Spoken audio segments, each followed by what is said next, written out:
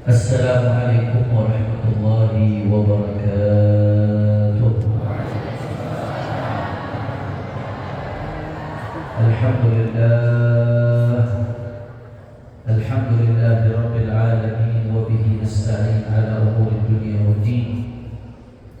Allahumma shalli wa sallim wa barik wa karrim wa majid sayyidina wa habibina wa syafi'ina wa nuri qulubina الفاتح لما أغلق والخاتم لما سبق ناصر الحق بالحق والهادي إلى الصراط المستقيم وعلى آله وصحبه حق قدره ومقداره العظيم يا فتاح يا عليم. أما بعد. Para alim ulama, para asatidz, para kiai, para sesepuh, para tokoh masyarakat, para abi, abadi, walid, wabil khusus imam besar kita Al-Habib Muhammad Rizik bin Husain Syihab beserta segenap jajaran DPP Front Persaudaraan Islam FPI yang hadir pada siang hari ini. Tadi telah menyampaikan tausiahnya Ketua Umum FPI Al-Habib Muhammad bin Husain Al-Attas SIMA. Begitu pula di sini ada Sepuh FPI Habib Ali Al-Attas, Ketua FPI Habib Ali bin Alwi, Ketua Umum Syariah Al-Habib Muhammad bin Hadi Al-Habsyi. Begitu pula Imam FPI Aceh. Tadi juga telah menyampaikan sambutannya Abi Mujahidin Tengku Muslim Al-Tahiri dan segenap jajarannya serta para alim ulama yang ada di Kabupaten Benar Meriah yang begitu kami hormati, begitu kami ta'zim, tidak kami sebutkan satu persatu tanpa mengurangi rasa hormat dan ta'zim kepada beliau-beliau semua. Kita doakan mudah-mudahan para ulama kita, guru-guru kita, Allah panjangkan umurnya, Allah sehatkan badannya, Allah jaga zahir batinnya, Allah menangkan perjuangannya. Amin ya rabbal alamin. Dan salam penghormatan yang paling istimewa saya hadiahkan kepada hadirin hadirat, muslimin muslimat, mukminin mukminat yang hadir pada siang hari ini. Semua angkat tangannya, kita minta sama Allah, mudah-mudahan tidaklah kita keluar dari tempat ini kecuali semua dosa dari ampuni Allah. Amin. Yang sakit Allah angkat penyakitnya. Amin. Allah sehatkan badannya. Amin. Semua yang hadir dilapangkan rezekinya. Amin. Diberkahi kehidupannya. Amin. Amin ya rabbal alamin. Sebagaimana tadi yang telah disampaikan oleh guru kita khusus Habib Muhammad bin Husain Al-Attas, sepanjang jalan menuju Meriah kita menyaksikan bagaimana jalan-jalan terputus, terjadi longsor di mana-mana, terciptanya aliran-aliran air yang baru. Saudara, kemarin masyarakat Meriah sempat terisolir, betul? Hebat Irak di satu sisi, sebagaimana tadi yang disampaikan Habib Muhammad, ini musibah. Rasulullah Sallallahu Alaihi Wasallam di dalam sebuah hadis yang diriwayatkan oleh Imam Al-Bukhari dan Imam Muslim, muttafaqun alaih, atau fi hadzal ma'na, Rasulullah Sallallahu Alaihi Wasallam bersabda, "Ma yusibul muslim min nasabin wala wasabin wala hammin wala ghammin wala adan wala huznin hatta syauqah yushaquha illa kafarallahu biha khataya." Fi riwayatin, wa tuhattu anhu khatayahu kama hattat asy-syajaratu awraqaha. Sallallahu Rasulullah sallallahu alaihi wasallam. Secara kasat mata kita melihat musibah, yang namanya musibah enggak enak, betul? Tapi kalau dipandang dengan pandangan hakikat yang diajarkan oleh Rasulullah SAW, kita ini manusia banyak dosa, mata kita banyak dosa, telinga kita sering mendengar yang haram, berdosa, mulut kita sering mengucap yang haram, berdosa, hati kita dipenuhi penyakit hati juga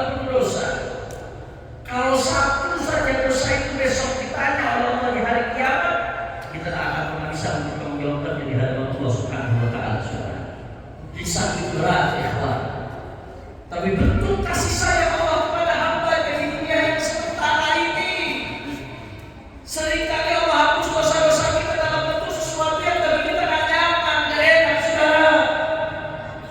Rasulullah SAW mengatakan, "Ma'isibul muslim, tidak ada apapun yang menimpa seorang muslim. Apapun itu kata Nabi, rasa capek, rasa sumpah, rasa sedih, bahkan menusuk duri Nabi Muhammad SAW. Musibah apapun yang menimpa seorang muslim itu menjadi penyebab dosa-dosanya digugurkan oleh Allah Subhanahu wa taala.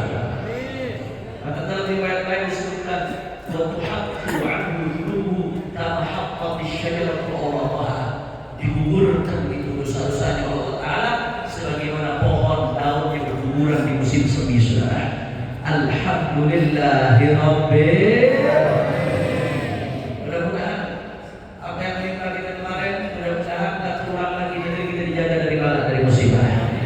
Tapi apa yang sudah terjadi kemarin di Aceh, mudah-mudahan menjadi penyebab setiap dosa-dosa kita digugurkan Allah Subhanahu wa taala, sehingga kita bisa menghadap Allah bersih tanpa dosa apapun. Amin ya rabbal. Tapi di sisi lain, saudara, ya kita mendatangkan pengampunan dosa, mendatangkan pahala, mengangkat derajat. Tapi di sisi lain kita juga bertanya, kenapa sampai itu bisa terjadi, saudara? Dulu waktu saya kecil, saya ingat saya orang Jakarta, kecil besar di Jakarta.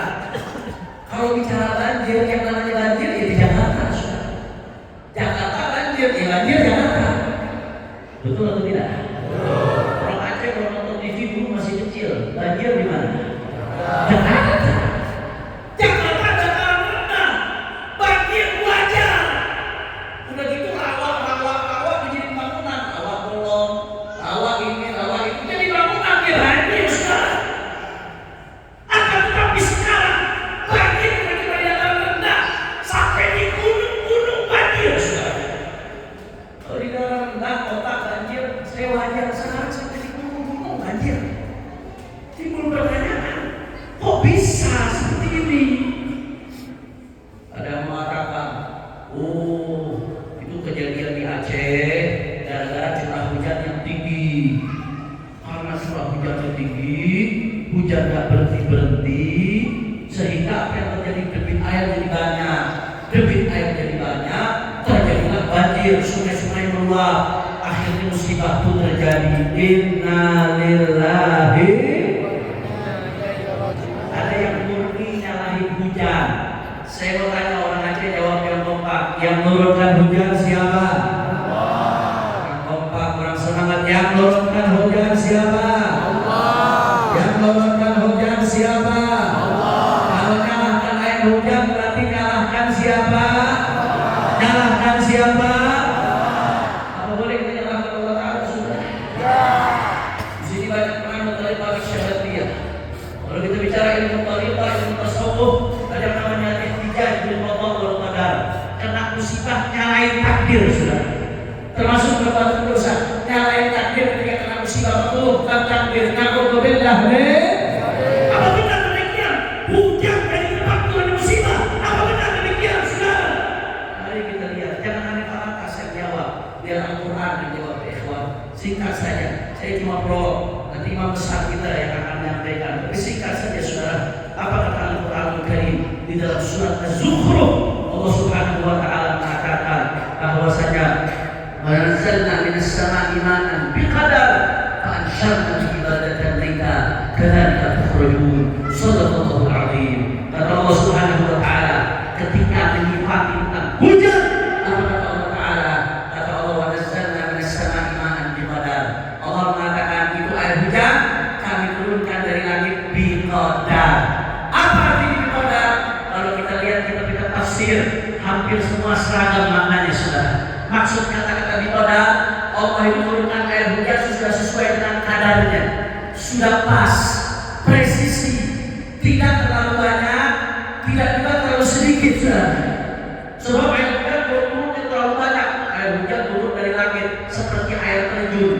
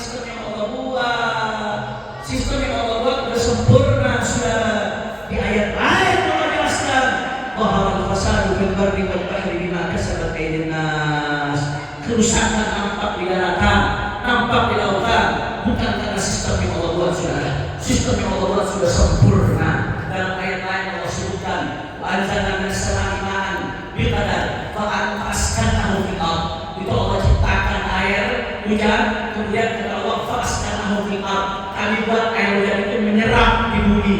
Makanya Allah ciptakan hutan-hutan. Kenapa Allah ciptakan hutan? Di situ banyak pohon. Pohon ada akarnya, sehingga hutan yang jutaan hektar itu saudara, begitu air hujan turun, akhirnya akar menyerap air. Di musim panas itu jadi cadangan sehingga kekeringan saudara. Di musim hujan terserap sehingga tidak kebanjiran. Itu yang Allah buat saudara. Tapi apa yang terjadi? Pohon-pohon yang Allah buat, hutan-hutan jutaan hektar untuk menyerap air, di mana-mana digunduli. Hutan-hutan kita dihabisi. Betul atau tidak? Betul atau tidak? Betul. Mengatakan kerusakan di daratan di lautan bukan karena sistem yang Allah buat. Sistem yang Allah buat udah bagus. Allah ciptakan hutan buat nyerap air, sehingga biar bagaimanapun dari Indonesia tropis nggak ada masalah saudara. Tapi begitu dirusak oleh tangan manusia, pohon digunduli, hutan digunduli, dialihkan fungsi sehingga tidak ada lagi tempat serapan air saudara. Kalau tidak ada tempat serapan air, di musim panas kekeringan, di musim hujan kebanjiran. Bukan karena sistem yang Allah buat, tapi karena tangan-tangan manusia yang bagus saudara. Betul atau tidak? Kita bisa lihat apa yang terjadi kemarin di Aceh. Awal-awal terjadi apa yang mungkin menyaksikan air begitu deras, dan air itu membawa kayu-kayu besar saudara. Kayu-kayu gondongan di berbagai kabupaten di Aceh. Ada yang mengatakan itu kayu-kayu bukan hasil penerbangan, itu kayu-kayu rapuh karena hujan jadi jatuh, dibawa oleh sungai-sungai, dibawa oleh air. Saya mau kembali, kayu-kayu yang rapuh hebat banget, besar-besar kayunya, luar biasa. Sejak kapan air hujan itu turun bawa gergaji mesin saudara? Karena kayunya besar-besar, kulit itu sudah dikupas saudara di berbagai kabupaten. Batang-batangnya sudah dipotongi, bahkan sebagian ada nomor-nomornya lagi saudara. Ini sejak kapan? Bahkan Allah peringatkan kasih karena Allah buat bagus saudara. Tapi manusia yang akhirnya merusak. Apa yang nggak boleh tentang kayu? Boleh. Memanfaatkan kayu? Boleh. Tapi yang sewajarnya, la darara wa la dirara, bukan dengan cara yang membahayakan orang lain saudara.